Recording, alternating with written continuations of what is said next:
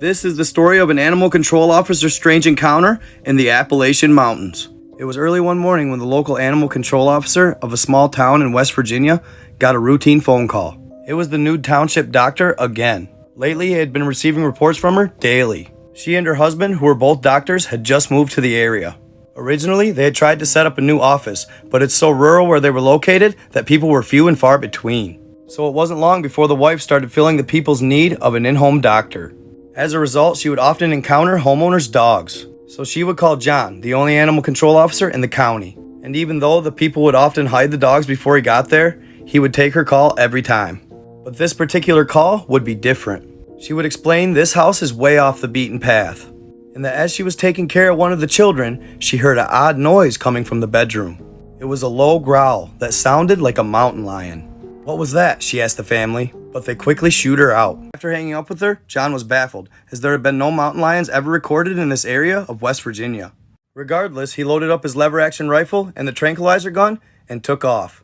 As he pulls up to the end of the long two-track, he marks his GPS and exits the vehicle. He spots a beaten path and begins making his way through the dense forest. After walking for about 100 yards, John notices something odd. The forest is completely silent. Then suddenly, he feels as if he's being watched. A chill was sent down his spine, but reluctantly, he kept moving forward. He continues for a couple more minutes when suddenly he starts hearing the sound of children playing. A feeling of relief swarmed over his body. Thank God, I must be getting close.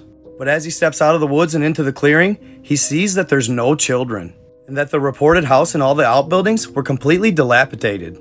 Something ain't right here, he thought to himself. Regardless, he pushes forward. He gets to the front door and clutches his rifle.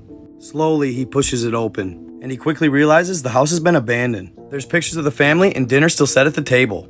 Weird, he whispers to himself out loud, and he makes his way across the creaking floor. When out of nowhere, he hears the whimper of a child coming from the back bedroom. He reaches the door and pushes it open with the barrel of his rifle.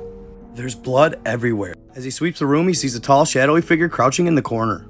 It was whimpering as if a child. It stood up on all fours with long, gangly arms. He began to step back, but as he did, it mirrored him. It was waiting for him to turn and run.